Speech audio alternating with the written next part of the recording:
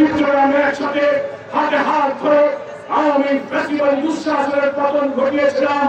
BNP সহ সকল নেতৃবৃন্দ কর্মীদের কাছে আবেদন থাকবে, আসুন নিজেদের ভেদাভেদ ভুলে জুলাই অভ্যুত্থানের চেতনায় জাতীয় কর্মসূচি ঐক্যবদ্ধ করে জনগণের নির্বাচিত প্রতিনিধিদের ক্ষমতা হস্তান্তরে আমরা সবাই একসাথে আমরা কাজ করি। ভারতীয় কমান্ডাররা দিল্লির দাসখত দিয়ে আমাদের দেশে অস্থিরতার সৃষ্টি করছে। তারা হিন্দু মুসলিম বৌদ্ধ খ্রিস্টানের ইস্যু করে এই দেশকে অস্থির করতে চায়। অথচ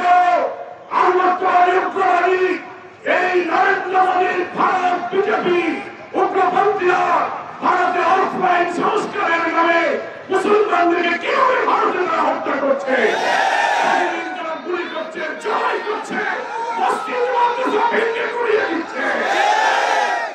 বিভিন্ন রাজ্যে মুসলিম হত্যা চলছে।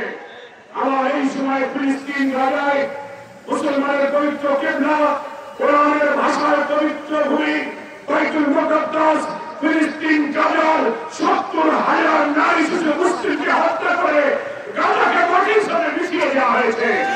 ছত্রবাদী আমেরিকার ছত্রছায়ায় ইহুদিবাদী নেতানিয়াহু ইসরায়েলের হাত থেকে আমাদের পবিত্র ভূমি মুক্ত করার জন্য মুসলিম উম্মাহকে ঐক্যবদ্ধ হতে হবে।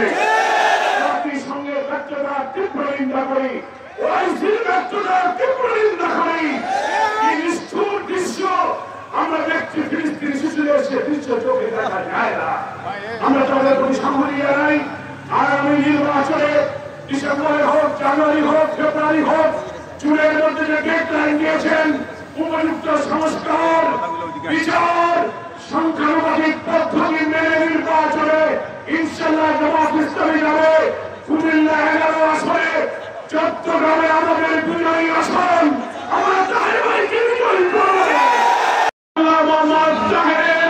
অত্যাচার, নির্যাতন, মজলুমি, বিরাট আমাদের প্রিয় জননেতার অনেক সংগ্রামের স্থিতি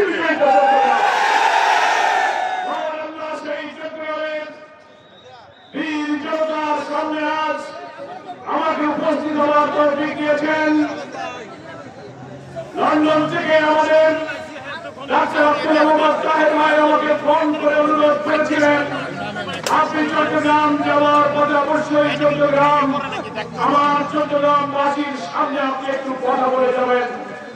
আপনারা আমাদের প্রিয় নেতা, এই চট্টগ্রাম জনপদের বিপ্লবী নেতা ডাক্তার আব্দুল মোহাম্মদ তাহের, যিনি শহীদ কাফেলা বাংলাদেশ ইসলামী ছাত্র শিবিরের কেন্দ্রীয় সভাপতি, যিনি বাংলাদেশ জামাত ইসলামী সংগ্রামী নেতা আমির, সাবেক জাতীয় সংসদ সদস্য, আমাদের ছাত্র জীবন থেকে তাহের ভাই আমাদের প্রাণের মানুষ, মনের মানুষ, আবেগের মানুষ।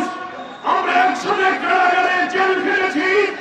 জুলাইয়ের ছাত্র অভ্যুত্থানের সময় ঢাকা থেকে আমাকে ২০ তারিখে গ্রেফতার করা হলো, তারপর দিন ৪ তারিখে গ্রেফতার করা হলো, আমাদেরকে রিমান্ডে রাখা হয়েছে টিভি অফিসে। কেন্দ্রীয় কারাগারে আমরা দুজনের সঙ্গেই ছিলাম।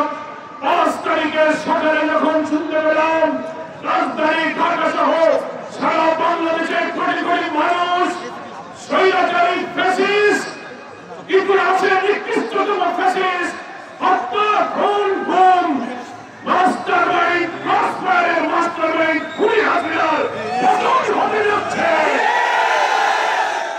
টেলিভিশনের সামনে আমি আর তাহের ভাই দেখতে লাগলাম একই রুমে বসে সেনাপ্রধান ভাষণ দেবে।